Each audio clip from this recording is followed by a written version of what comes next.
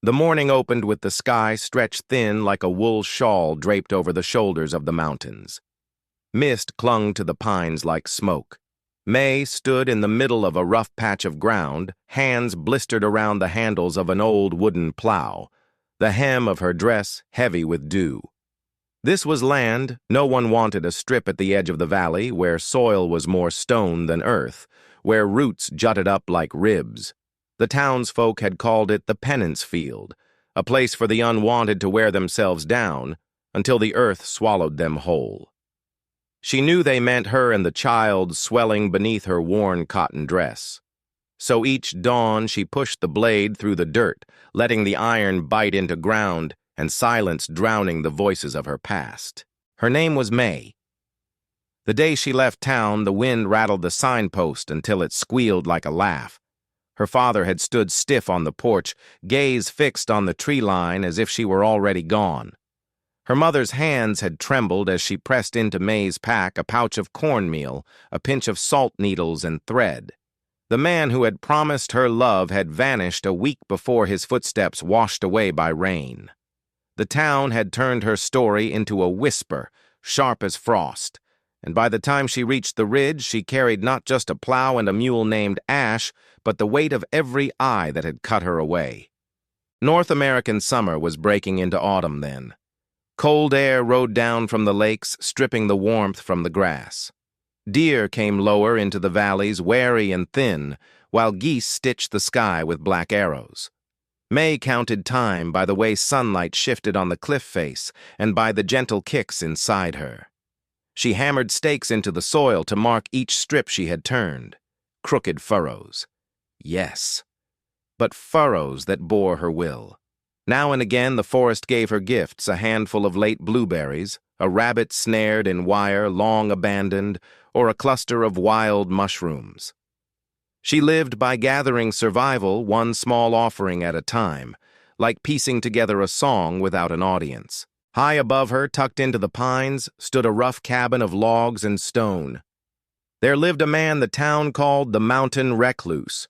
Once he had a name among them, but it had burned away. The night fire took his family. Since then he lived with wolves and silence. They said he walked like the wind, spoke like stone, and looked with eyes cold as a January lake. Some swore he had freed a deer from a trap only to vanish into the trees. Others said he had broken a drunk's nose for cursing at a child. But mostly he existed as rumor, half myth, half memory. They called him Rafe, uncertain if that was truth or a shadow of it. For weeks Rafe had watched her from the ridge. To him she was a fragile figure scratching lines into earth no one else wanted. He saw her pause, hand at her back, catching breath before leaning into the plow again. Saw her eat a crust of cornbread, sip water from a wooden flask, wipe sweat with her sleeve. To him, a woman carrying 2 heartbeats and refusing to yield a stone was something elemental. He thought of trenches dug with bare hands of lives held steady by sheer will. May knew she was not alone. Once she found footprints by the creek, broad and deep, then gone as if erased by intent. Once her mule's tether was tied more carefully than she remembered leaving it.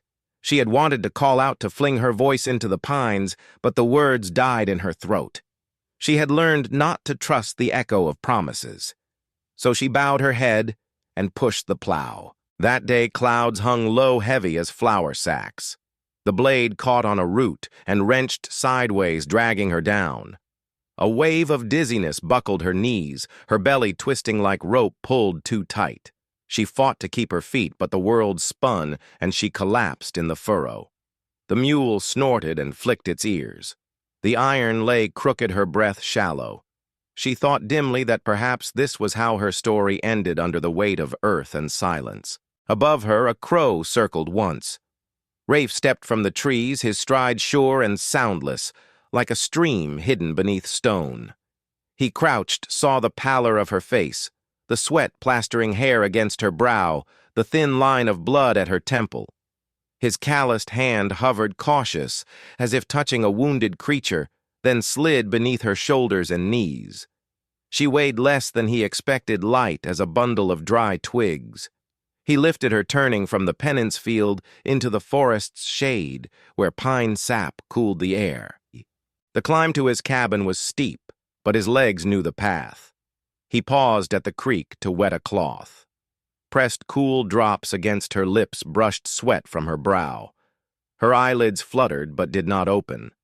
By the time he reached the cabin, the fire in the hearth was already waiting in his mind. He laid her on a deer skin by the stone's coaxed flame from kindling and set a pot with rabbit meat roots, herbs, and salt. As steam rose, he glanced at the curve of her belly. He said nothing, but in the silence his thoughts pressed heavy. When May opened her eyes, the room was gold with firelight. A man knelt by the hearth shoulder's broad beard, thick eyes like the sky before snow. He turned ladled broth into a wooden bowl and held it out without a word. Her hunger clenched sharp, and her hands shook as she accepted it. The warmth of the bowl seeped into her palms, and the taste was wild and strange, richer than anything she had known in months. She ate while he sat apart, gaze fixed on the flames, as if their silence was the only bridge safe enough to walk. When the bowl was empty, she whispered, "Thank you," voice cracked like dry grass. He nodded, said nothing. But his silence was not empty. It was layered dense like a forest at noon where sounds exist unnamed. Later, when night drew in cold, he laid a wolfskin blanket across her body. She startled, met his eyes with a question. His answer came rough deep like a stone shifting. "You were cold." 3 words, but they struck like a crack of thunder in the quiet. Outside, the pines leaned into the wind. Inside, 2 lives, one broken by betrayal, the other by fire, had met at last, in a silence no longer barren but waiting. Dawn seeped through the chinks between the logs as a thin silver line, and with it came the steady sound of someone splitting wood.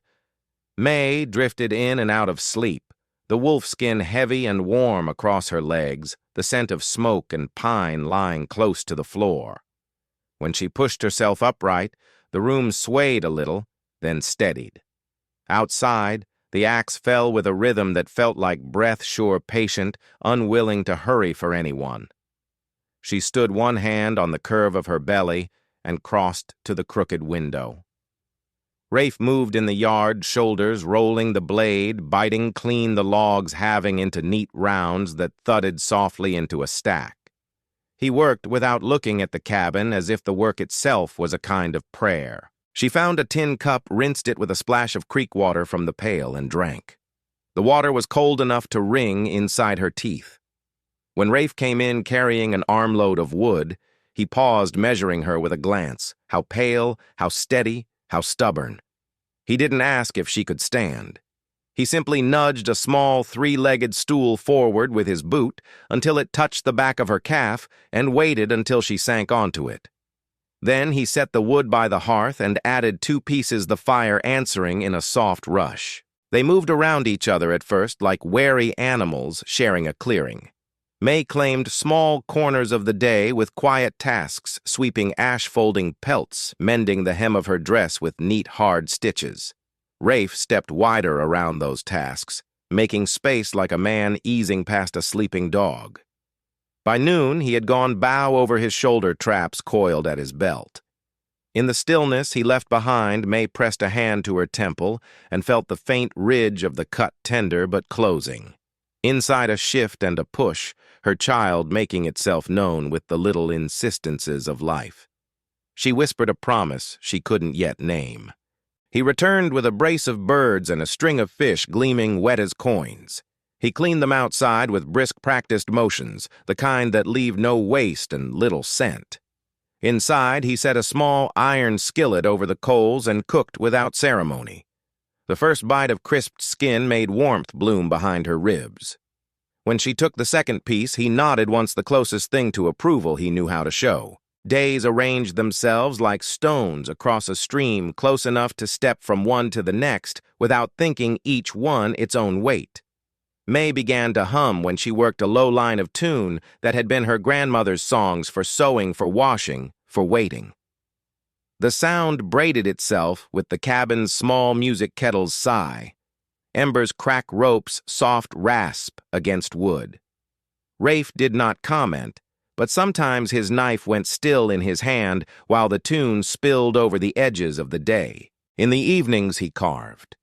At first it was scraps a curl of maple becoming the arch of a wing, a flake of birch turning into the curve of a beak. Once he left a small bird on the shelf near the hearth, head cocked as if listening to whatever May's song had told it. The wood was smooth as riverstone, the grain catching light like feathers. May held it in her palm and felt something loosen quietly in her chest. The bird had no use except to say, "I see you." It was enough. On the fourth night, a storm dragged its nails across the ridge. Sleet tapped the window like fingernails. The wind poured through the trees, then flung itself against the logs and slid off baffled. Rafe checked the door bar twice, checked the shutters, checked the banked coals. When he moved away from the hearth, May saw his back by chance as he bent to lift a fallen log. White ropey scars latticed his shoulders and spine round puckers like the memories of hot coin pressed into flesh. She didn't gasp. She didn't look away. She knew the shape of pain when it had been made into armor. Later, when the wind's hand grew tired and the sleet softened to a whisper, May woke shivering from some memory where a boy laughed and pressed a silver half-locket into her palm and called it forever. The word had cracked the way ice does when a river remembers how to run. She realized her teeth were clenched and she was gripping the blanket too tight. Rafe rose from his place near the hearth without a word, rested another log onto embers, and draped the wolf skin higher across her belly and hips. His hand hovered an instant, not touching her, then withdrew. Why, she asked, voice small and raw, not meaning to ask anything at all. His answer came after a breath.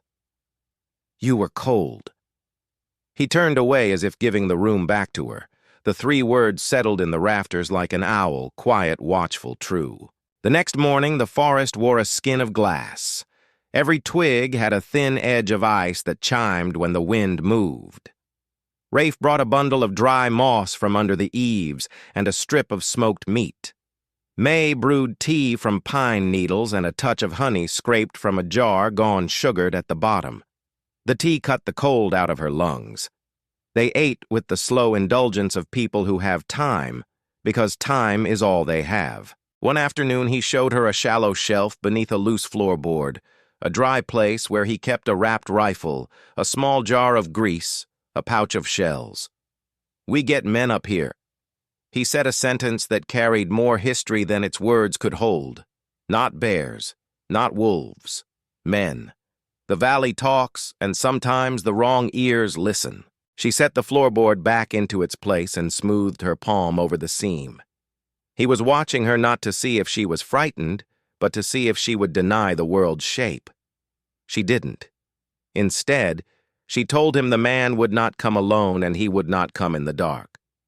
Fear likes daylight to make itself look like law. Rafe's mouth tightened, not in anger but in acceptance. That evening, he walked the perimeter of the clearing, mending a snare here, resetting a deadfall. They're not for deer now, but for boots and bluster. He laid a length of trip line where a man might hurry when he thinks he is almost brave. May watched from the doorway, her hand resting on the doorframe's smooth groove, worn by years of passing palms. She pictured a small, hard face, how it would change when it found itself alone among trees it had mocked. She was surprised to discover that what she felt was not revenge, but a clear, stern line this far no farther. There were hours when the quiet swelled so full she could hear her child shift, could hear Rafe's breath settle into sleep and then rise into wakefulness again. In the blue before dawn, she woke to find him standing at the window, the night behind him, a mirror. "You don't sleep," she murmured. "Enough," he said. Then after a pause, I listen. To what? To what breaks the pattern? She understood that. Her whole life since the porch and the signpost had been a series of broken patterns, promises not kept, hands not held, a town's gaze that fell not on her, but through her. The cabin had a pattern wood-water-fire food, the slow mending of bodies and rooms. She would defend that pattern with a fierceness that startled her the way a bird will fling itself at a hawk twice its size because there is a thin-skinned life beneath its breast to guard.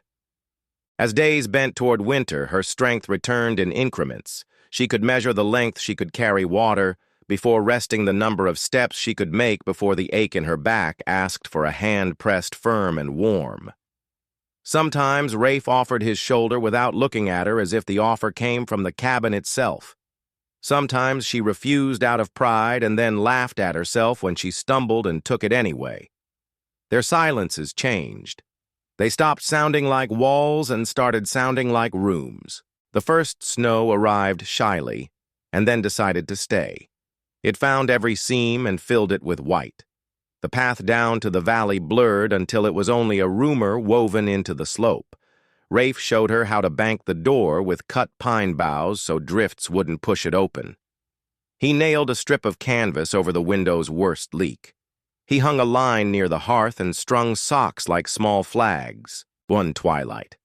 As she dozed in the rocking chair he had planed smooth years before, a shadow lifted off the trees at the edge of the yard and resolved itself into a man, a trapper who sometimes traded pelts at a stump halfway to the creek. Rafe met him at the boundary where brush turned into clearing. May couldn't hear the exact words, only the narrowness of their voices. The trapper's hands were quick sketching an outline in the air of something that did not belong here. When Rafe came back in his quiet had acquired a hardness. He set the rifle on the table and wiped the barrel with a strip of cloth until it shone with a tired gleam. "The trapper," he said, "says a man from town is asking questions with money in his fist. A man who wants a problem to disappear before spring's thaw. The child inside May turned as if to face the door. She didn't need a name to know the shape of the man behind the money. Once he had given her a half locket and pretended it was a future. Now he wanted the past to die so he could go on unblemished. She was not a stain to be scrubbed from anyone's story. "He will come at dawn," she said, surprised by the steadiness of her voice. "He won't risk the dark or the snow. He'll send others ahead to make noise and take harm, and then he'll arrive when he thinks the world is on his side." Rafe studied her face as if reading weather. A small nod, the decision tucking itself into the corner of his mouth. At first light, he said, "I'll be where the trail narrows by the spruce. You stay inside." "I can stay quiet," she said, "but I won't be erased." "You won't?" he answered, and there was no argument in it, only a statement as clean as a cut log.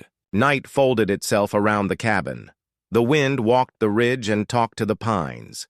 Somewhere out in the black, a fox barked quick and sure of its own small life. May eased back under the wolfskin palm over the firm round of her belly and listened for the moment when the pattern would break.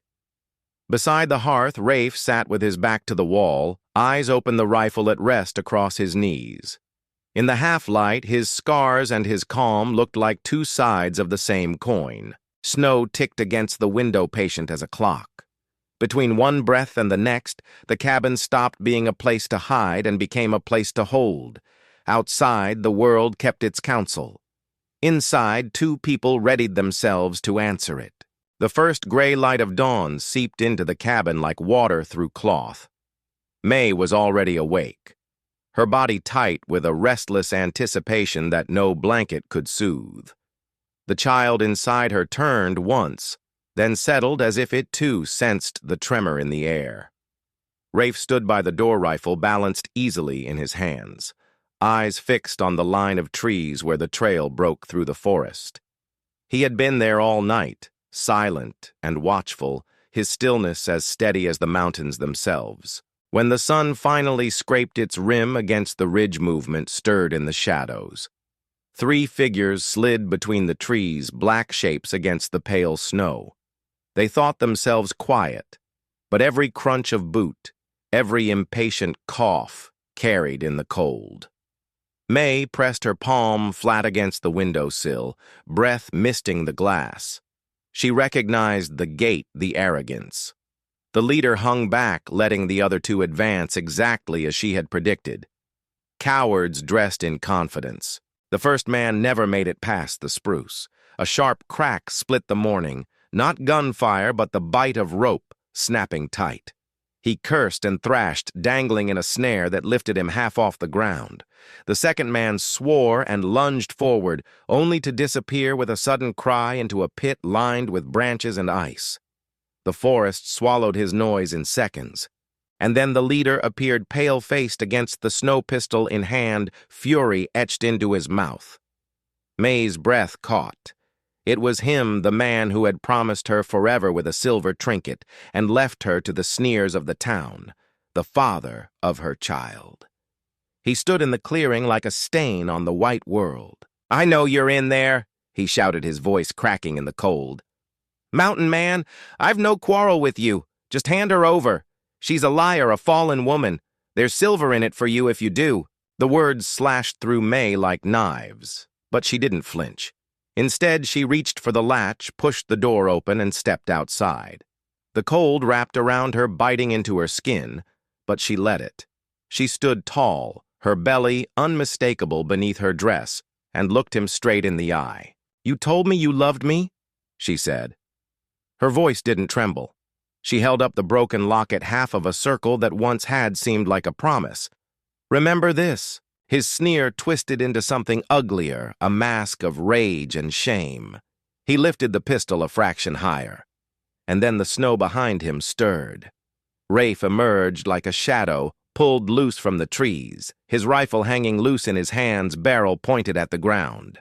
The man spun, startled. "This is between me and her," the intruder snapped. Rafe's voice rolled out low and rough like thunder moving under stone. "You bring your filth to my mountain. You hunt a woman heavy with child for the sake of your pride. You think the world is yours to burn." His eyes burned not with fury, but with memory. "Men like you came to my cabin once," he said, voice breaking on the edge of grief. "They burned it. They took my wife, my son. They took my world." He stepped closer, slow and deliberate, his sighs filling the clearing until the pistol wavered. "You will not take this one. Not an inch." The man's bravado collapsed in on itself. His hand shook, the pistol sagging. Confronted with May's defiance, Rafe's grief, and the sheer weight of truth pressing down on him, he shrank into something small, mean, and weak. Rafe didn't lift his rifle. He simply reached out, plucked the pistol from the man's limp hand, and pointed down the mountain. "Go. Tell them what you are. Tell them what you tried to do. And if you or any man like you sets foot here again, the mountain will swallow you whole." The man stumbled backward, then fled, boots scattering snow like frightened birds. Silence closed in after him, vast and clean. May exhaled, her body shaking, though she hadn't noticed she was holding her breath. Rafe turned toward her, eyes softer now, stripped of the storm that had carried him through. For a moment they stood there, two survivors in a clearing, washed by morning light, bound not by promises, but by the simple fact of standing together against the world. He touched her elbow lightly, guiding her back toward the cabin. Inside, the fire still burned low. The wolfskins still waited. The child still turned quietly beneath her ribs. The threat was gone. What remained was the quiet aftermath, not empty, but full of possibility. The silence between them no longer felt like a wall. It felt like the foundation of something being built, slow, careful, real. The day after the clearing went quiet, winter came with purpose. Clouds rolled over the ridge like cattle shouldered tight in a chute, and by afternoon the world had narrowed to the few yards between cabin woodpile and well. Snow found the cracks in the logs and pressed its cold face to the seams. Wind climbed the stovepipe and spoke in a long, low note. May and Rafe moved through the small rooms of their life, like people who had rehearsed 1,000 times without knowing it, he banking the fire and bracing shutters. She filling jars with water, laying out dry socks on the hearth line, doubling the blanket at the foot of the bed. The rhythm steadied them. It was a song with no words, only actions that rhymed. That night, when the wind made the rafters creak like a ship May dreamed of the valley's long angle of road and all the eyes that had turned from her. She woke to a quiet, different from snow's silence, the kind made by someone watching over you. Rafe sat with his back tucked into the corner, by the door the rifle propped against his knee, his gaze not on her, but keeping company with the dark. When he noticed she was awake, he didn't speak. He only lifted the kettle lid to check the water, then set it down again with the gentleness of someone placing a sleeping child. In the morning, the snow had laid a clean sheet over everything. The trapline flags were just nubs of red, the stump table, a smooth white drum, the path to the woodpile, a soft trench. Rafe strapped on narrow skis he had made from ashboard, long smooth with a waxed underside, and cut a trail to the tree line, a rope looped around his waist, attaching him to a small sled. He moved in long, economical glides that made the work look easier than it was returning with spruce boughs to bank the cabin base and a log lashed to the sled like a sleeping beast. May met him at the door with a towel warmed on the oven door and a cup of pine needle tea sweetened by the last stubborn scrapings of honey. As days folded over each other, pieces of their past unspooled between tasks, not as confessions, but as facts set on a table, both of them choosing to look or to let them sit. May told him about the porch steps, where her father kept his boots lined neat as soldiers, and how he'd taught her to oil the leather even when coin was short, because care was a kind of wealth. About her mother's hands, steady as a seam until the day they shook. About the boy with the quick smile who had mapped a future on her palm like a fortune-teller, then erased it with a shrug. Rafe listened without telling her what to feel, but now and then he would make a low sound in his throat. Not agreement, not pity, just a mark made in the book they were writing. It took longer for his words to come. One evening, while May mended the seam of a quilt and the snow tapped the window like someone too polite to knock, he spoke about a small cabin that had stood lower on the slope with a fence around a garden the deer never stayed out of. A woman who braided her hair like a crown and could make laughter out of little who had once chased him out of his own kitchen with a spoon when he tracked mud across a freshly scrubbed floor. A boy who was just learning to read deer sign, two-toed stamps, the little slots of hoof points left in thaw, and who had thought you could call a buck by whistling if you tried hard enough. He spoke until his voice thinned, then stopped and looked at his hands as if surprised to find them empty. May didn't reach for him. She set her palm flat on the quilt instead, and the gesture found him all the same. Their quiet changed shape again. Sometimes it lifted becoming talk that wandered from weather to food stores to how to keep mice out of the flour without using up all the tin. Sometimes it deepened an ease that allowed them to move in small spaces without apology. Rafe learned to step back so May could pass with a bucket. May learned the exact speed at which to open the stove door so the wind wouldn't steal the flame. She took to humming in the afternoon scraps of planting songs that made the cabin's corners seem rounder. Once Rafe surprised her by whistling a low counterline, not a melody, just a held note that thickened the air. There were practical lessons, too. Rafe showed her the seam of quartz in a creek rock where water might pool under ice, how to find it by ear, the faint, deeper tone under the general hush. He taught her to set a snare on a rabbit run without scenting the loop to notice when ravens circled with interest, which meant something below had gone wrong or right. She taught him the tricks of thrift her mother had kept like family silver, baking day-old porridge into a pan until it crisped at the edges, stretching a stew with cornmeal dumplings, cutting thread from old seams to use again.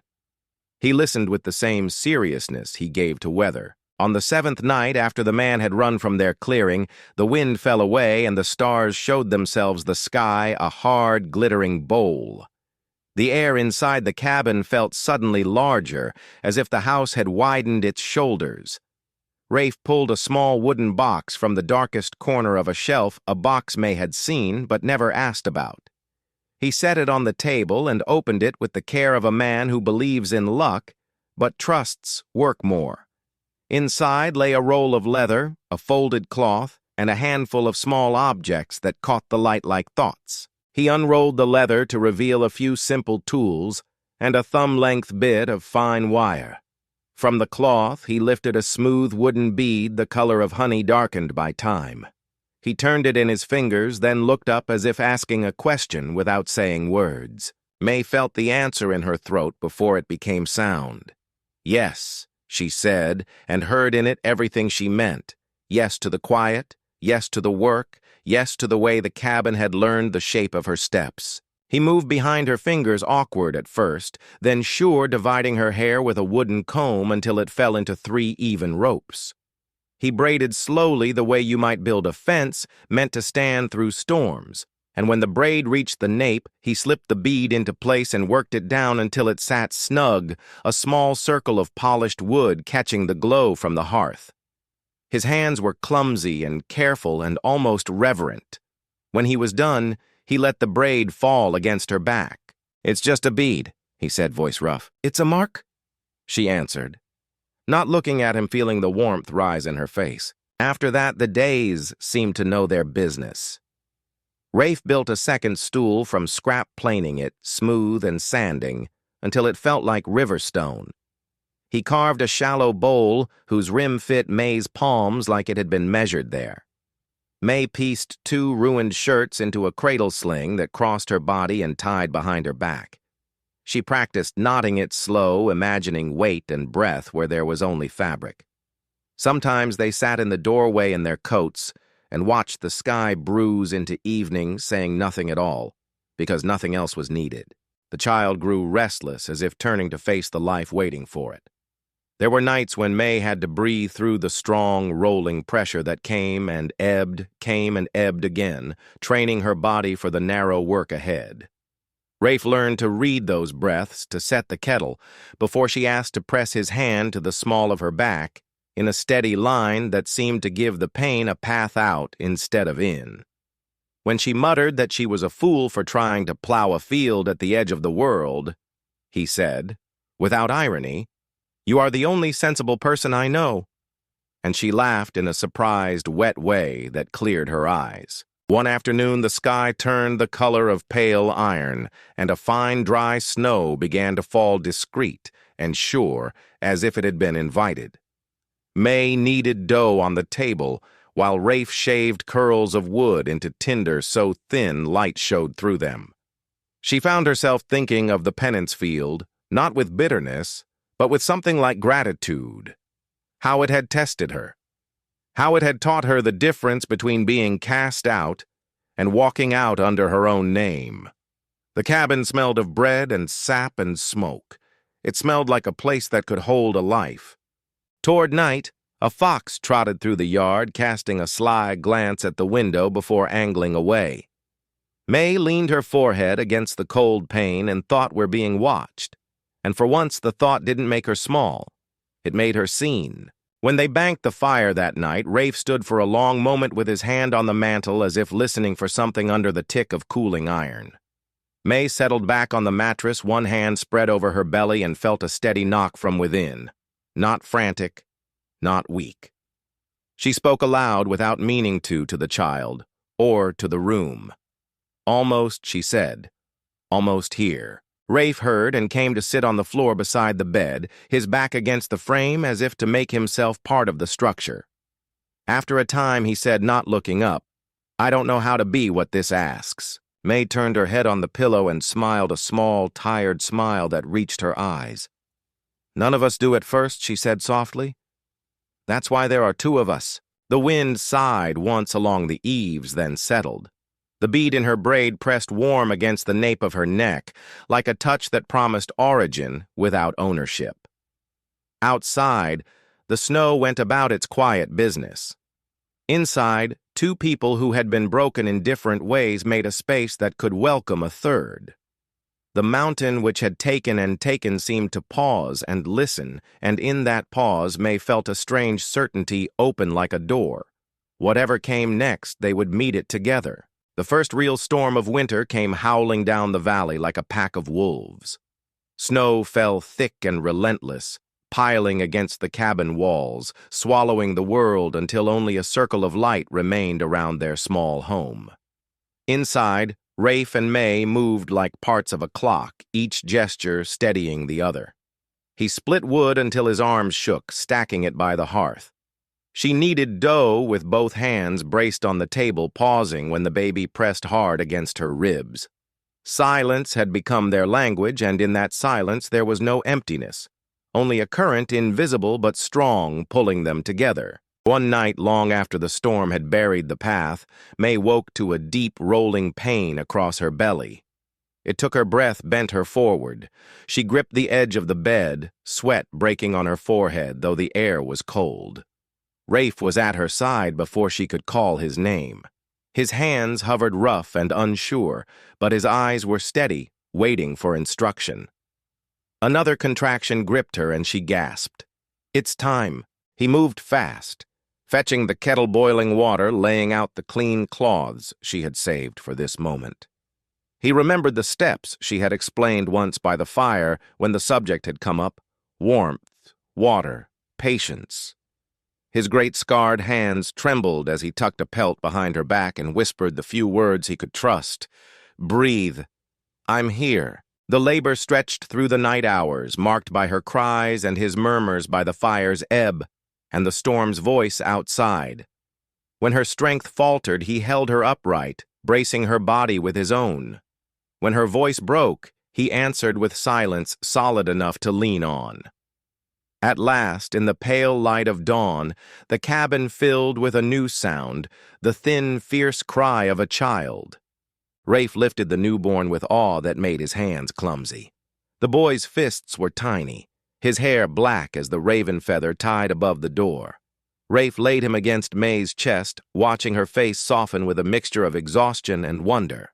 She wept without shame, one hand cupping the fragile head. The child quieted, breath hitching into a rhythm that joined theirs. For a long time, none of them moved. The fire snapped. The snow sighed against the shutters, and inside, 3 heartbeats tangled together into one thread of sound. Rafe looked at May, then his expression stripped of all armor. Not a replacement. He said softly, but a promise. His voice cracked, and he swallowed hard before finishing. You are safe. You are wanted. Tears traced down May's face, but they were not of sorrow. She closed her fingers around his, pressing the baby's small hand between theirs. This is home, she whispered. The words bound the room, sealing it tighter than any log or nail. The weeks after the birth blurred into a rhythm of survival made tender by necessity. Rafe learned the delicate balance of tending fire while cradling an infant in the crook of his arm. His scars, once proof only of pain, now softened beneath the child's tiny grasp. He moved with a caution that seemed impossible for his size, each gesture careful as prayer. May recovered slowly, strength returning with each meal, each laugh shared in the dim light. The boy thrived, his cries strong, his eyes quick and bright. He grew accustomed to the sound of the axe, the crackle of fire, the low hum of his mother's songs. Rafe carved him small trinkets, smooth shapes of birds, bears, even a cradle board fashioned from pine. May stitched what cloth she had left into swaddles, embroidering small patterns with the thread her mother had once given her. Their lives wove into fabric tighter than they had ever known. Outside, winter tested them with storms, with nights when the fire seemed too thin, with mornings when frost clung even to the nails in the wall. But inside, the cabin carried a heat that was more than flame. Rafe's silence became something gentler, no longer a wall, but a space where May's voice could settle. Her laughter came easier now, sudden and surprising, and each time it did, Rafe's lips quirked into the closest thing he had to a smile. Once, when the baby was sleeping in his cradle near the fire, Rafe reached for May's braid. The wooden bead he had tied there weeks before still held firm. He ran his thumb over it awkwardly, then let go. She caught his hand before he pulled away, pressed it against her cheek. Neither spoke. They didn't need to. The mountain, which had taken so much from both of them, had given back a kind of stillness that felt almost holy. They knew danger had not vanished. The valley still whispered, men still carried grudges like knives. But in that moment, with snow piled high and their child safe in their arms, the world felt, if not conquered, then at least held at bay. Spring would come, and with it, new trials. But for now, in the heart of winter, May and Rafe had carved out something no storm could bury. Not just survival, but belonging. Not just silence, but a song sung low and steady in the cradle of the mountains. Spring did not arrive all at once. It leaked into the valley in careful threads. Ice sighed loose from the creek stones and drifted downstream like broken glass. The snowbanks retreated by inches, revealing crushed grass the color of old straw. The first robin landed on the stump table and cocked its head as if surprised to find the world still here. May stood in the doorway with the baby tucked in the sling she had sewn his dark hair, visible just beneath her chin. She breathed in a smell she had almost forgotten, wet earth warmed by light. Behind her, Rafe set the door latch and came to stand beside her. One hand braced on the jamb as if the house were something he could steady with his touch. They moved slowly into the tasks of thaw. Rafe shouldered a spade and dug a shallow trench so the meltwater wouldn't flood the cabin's threshold. He walked the perimeter, lifting fallen limbs, checking where the wind had gaped the thatch of spruce boughs he'd banked around the base. May hauled the rugs outside and beat winter from them with a willow switch until the dust rose like a small storm. The child slept to the rhythm of motion and woke to birdsong, which seemed to strike him as funny.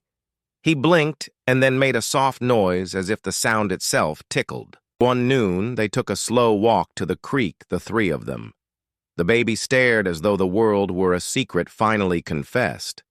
Rafe knelt at the bank and dipped his hands, letting the cold run from wrist to elbow, and May watched the water part around him, healing itself behind his fingers.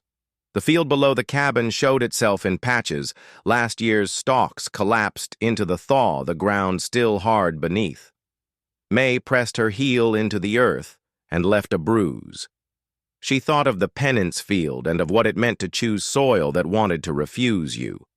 Perhaps this year they would put beans along the sunny edge squash beneath the logs where the heat held. Hope is a kind of agriculture, she thought, even if all you sow is possibility. In the evenings, Rafe placed a plank across 2 buckets and planed it down with long strokes, grain curling up like shavings of butter. He was making a cradle bench, he said, so the baby could sleep near them while their hands were busy. May sorted seeds her mother had once saved in twist-tied bundles of cloth. Some were too old, some looked good. She spread them on a plate near the window to watch what they decided. They spoke more now as if winter had taught them the shape of silence, so they no longer feared it would swallow their words. Their talk braided simple and deep, when to plant which slope held sun first, which trees to leave for shade. Sometimes Rafe reached toward May and then seemed to think better of it. Sometimes she stepped closer and completed the motion with her own hand. Tenderness was a learning-like tool, use like fire. The first sign that the valley remembered them came on a day bright enough to make the snow left in the shadows blink. A figure appeared at the far edge of the clearing, hat in hand, his coat patched with many stories. It was the trapper who traded at the stump, his posture cautious, like a man entering a church where he was not sure of the rules. Rafe went to meet him halfway. They spoke with the narrow economy of men who let content do the work. Words usually do. May watched from the doorway, the baby mid-nap, her palm laid lightly across the small warm curve of him. When Rafe came back, his jaw had set itself. Trouble, he said, not as a warning but as a statement of weather. The town is half talking and half listening. Your name has walked new ears. The boy's father is quieter now. Quiet like a pond before a stone. But there's a new mouth that eats the talk. A man who counts himself a broker. He likes to know who lives where. Likes to own a map with names. May felt the old cold try for her spine and fail. It reached only so far before it met the wall the winter had laid inside her. What does he want? She asked. Though she knew the answers that men with maps always wanted. To sell what he does not own, Rafe said, and to order what does not obey. The trapper says he will come to look at the high meadows.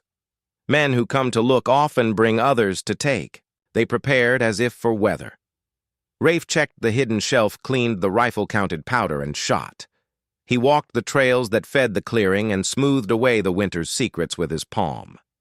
May set a small store of food near the back corner of the cabin where a person could reach in the dark without knocking anything over. She made tea and then more tea as if the ritual itself could braid calm into the air. That night they did not sit as long by the door. They banked the fire earlier than usual, spoke more softly, and when the baby stirred, they both shushed him with breaths that matched each other's length. 2 days later, the broker arrived with 3 men behind him. He wore a coat too fine for the trail and boots too clean for snow. A smile lived on his face like a guest who had overstayed its welcome. He stopped at the clearing's edge and studied the cabin the way you study a problem you're going to enjoy solving. "Afternoon to you," he called, pleasant as a man selling sugar. "Name's Clement Ford. I represent interests down valley. I like order. I like knowing who's where. Looks like you've built in a place where some of my plans will want to pass. We can all be comfortable if we start proper." Rafe stepped forward until he stood where the yard's trampled snow gave way to spruce duff. May stayed in the doorway, the child asleep against her. She said nothing, but the shape of her was answer enough. This door, this home, this life. Ford's eyes flicked to her and softened in a way that felt like a fresh glove over a closed fist. "I've heard something about a lady up here," he said. "I like communities that keep tidy stories that fit. There's talk in town of a trouble that moved uphill. I am a solver of those." Rafe's reply came quiet and without ornament. "There's nothing for sale here, no passage to buy. The mountain is not a ledger." Ford laughed as if delighted by a child's stubbornness. "Everything is a ledger if you know how to write it. Perhaps you're not the one to hold the pen." He glanced at his men. One carried a surveyor's chain, one a short carbine, the third a book with pages curled from damp. They had the look of people who believed paper outranked earth. May stepped out. Then the baby waking and shifting his small face, crumpling toward cry. She rocked him lightly and met Ford's gaze. "Your ledgers have lines for names," she said, "but not for weather, not for wolves, not for what a woman owes to herself. This place holds all 3. Ford's smile didn't falter, but a flicker passed through it, a moth singed by a lamp. "I admire poetry, ma'am, but I work in numbers. Let me help you see sense. You're isolated up here. The town thinks about safety. Sometimes we have to relocate people for their own good." Rafe's shoulders did not change, but the air around him thickened like a river, learning it is about to drop into falls. "For whose good?" he asked. Ford opened his hands, magnanimous. "The common good. There's a track planned for timber. A line of carts will run easier if this slope is clear. No harm in that if families find better spots lower down where there's church and store and neighbor. I can arrange a stipend. I can make things smooth." May felt her pulse climb and then find its pace. "Smooth is what stones say to water while they grind it small," she answered. "We are not moving." Ford's eyes cooled. He took a step nearer and Rafe took one also. Not aggressive, simply present, a fact set down. Ford paused and recalculated. "I prefer agreements," he said, "but I have men who prefer actions. I'll be back in a week with papers. Have an answer ready. I'd hate to let weather decide for you." He tipped his hat like a parody of courtesy and withdrew, his men trailing, leaving a set of clean tracks that offended the snow. When the trees swallowed them, Rafe exhaled and the sound was large in the small yard. May realized her shoulders hurt from holding them high. She rolled them and found breath again. The week that followed felt taut as a bowstring. Rafe and May worked faster than spring would usually ask, as if time itself might be bought. Rafe cut posts from straight young spruce and set them deep at the yard's edge, lashing rails across to make a fence that was more declaration than defense. May turned over the top layer of the patch the sun had released, working ash and compost into it with the stubborn grace of someone who believes in seeds. The baby watched the sky or slept oblivious to ledgers and lines. One evening, after a day of such deliberate tasks, Rafe drew a mark in the soft dirt with a stick.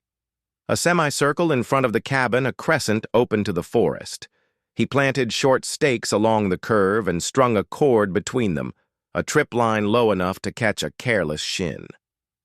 He set a bell at the porch, cracked, soft-voiced, the sound almost human, the kind that would ring once and then live a while in the air. That night, while the child breathed small and even May lay with her eyes open, speaking to the quiet in her head. Fear had a chair at their table. It would sit whether invited or not. But so did courage, and so did steadiness, and so did love, which in their cabin had never been a speech, but a series of small bets placed daily against weather and men. She pressed her palm to the bead at her nape, warm from the day, and let its circle tell her what circles always tell this. Again, the morning Ford had promised came rolling up the slope like a sound before its source, men's voices low and sure, the clink of chain, the crack of a branch stepped on by someone who trusts the map more than the ground. Rafe stood at the edge of the porch with the rifle in the crook of his arm and the weight of the mountain at his back. May lifted the baby and kissed his soft crown, then settled him into the cradle bench, which rocked once as if to say, "I know my work." Ford emerged, not smiling now. Behind him came 6 men in coats the color of an argument. They fanned out to either side with an air of performance. "Papers," Ford announced, holding up a sheaf that caught the light like a blade. "Legal, binding, neighborly if signed, less so if not." Rafe didn't look at the papers. He looked at the men. Then he said, "Still quiet. The mountain is not your witness. The creek will not testify. Your ink is thin up here." Ford took one more step. His boot found the trip line. The bell at the porch gave a single broken chime that hung like breath in winter air. One of Ford's men laughed, took 2 bold strides, and caught his shin on the cord, pitching forward hard enough that his hat left his head and sailed like a slow bird. Another man lunged to grab him and struck a stake, cursing. The arc of their movement swung the group wider than Ford intended, and in that small fissure of clumsiness, the shape of their certainty broke. Rafe raised the rifle, not to aim, to mark the boundary. His voice carried without shouting. "Turn back." Ford's coat flared as he pivoted, pride scraping loud against prudence. "You don't understand how this works," he snapped. May stepped down from the porch, eyes level. The sling empty, now her hands bare. "We do," she said. "We understand how homes are made and how they are kept. Your papers won't keep you warm. Our fire will. Your men will not sleep well on a mountain they've tried to bully. Take them down while you can still call this a conversation." Something in the way she said it, without drama, without plea, found the seam in Ford's armor. He stared, measuring what sort of fight this was. Rafe added nothing. He stood like a tree stands a problem you either walk around or break yourself against. Ford's mouth tightened. He signaled with 2 fingers.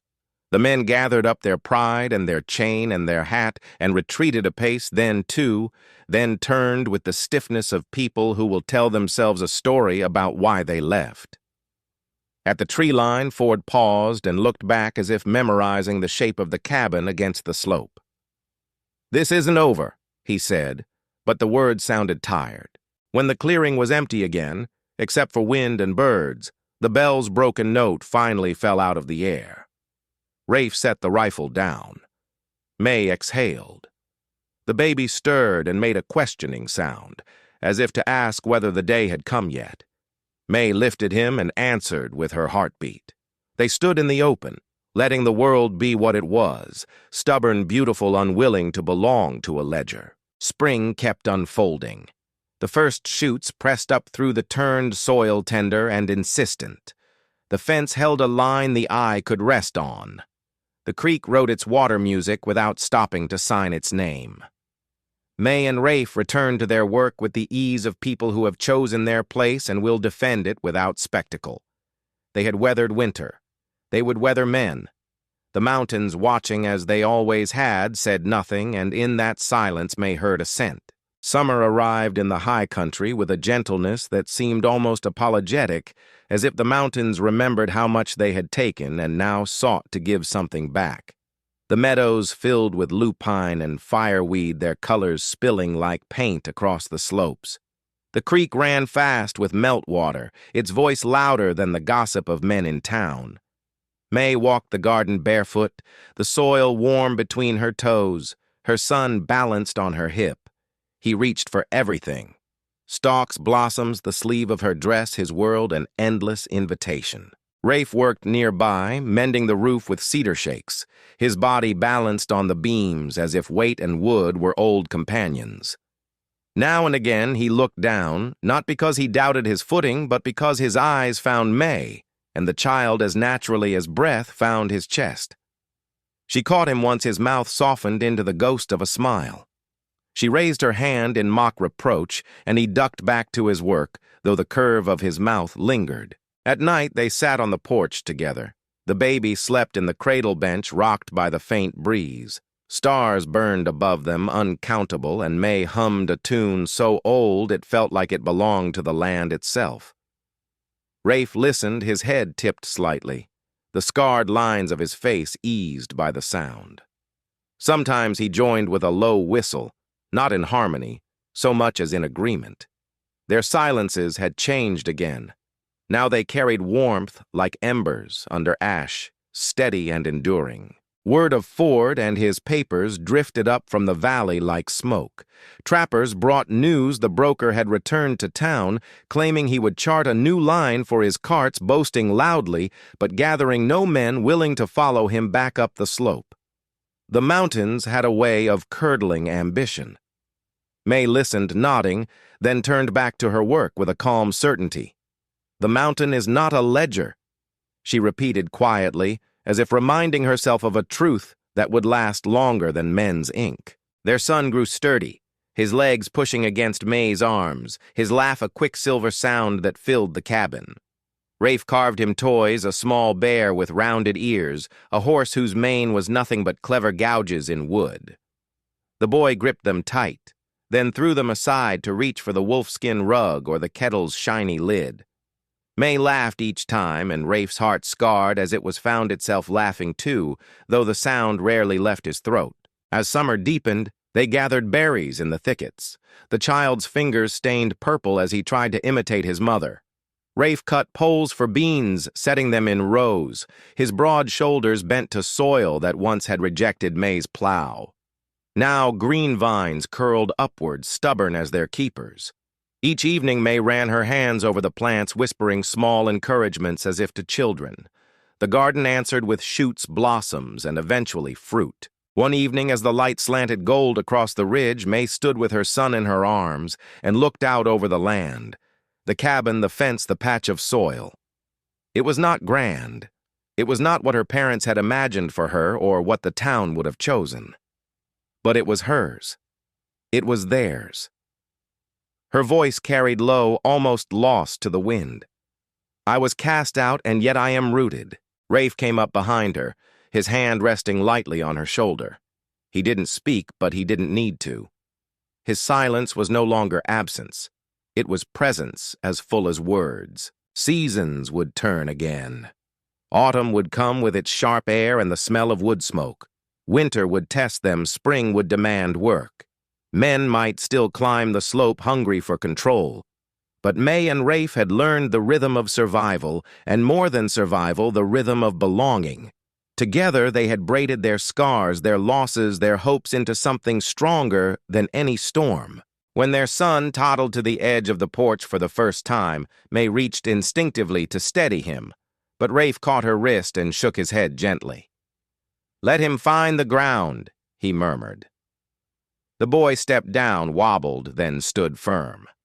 He laughed, bright and free, and both parents felt the sound lodge itself deep inside them. Night fell, carrying the smell of pine and earth. Rafe braided May's hair by firelight, fingers still clumsy but sure. The bead he slid into place glowed warm against her nape. The boy slept. The cabin hummed with quiet, and the mountains stood as they always had, guardians and witnesses. May thought of the penance field where she had fallen, where she had believed her life was ending. She touched her son's small hand curled around her finger, felt Rafe's steady presence at her back, and understood that field had been no grave. It had been a beginning. The mountain had taken, but it had also given. In its silence, they had found not exile, but home.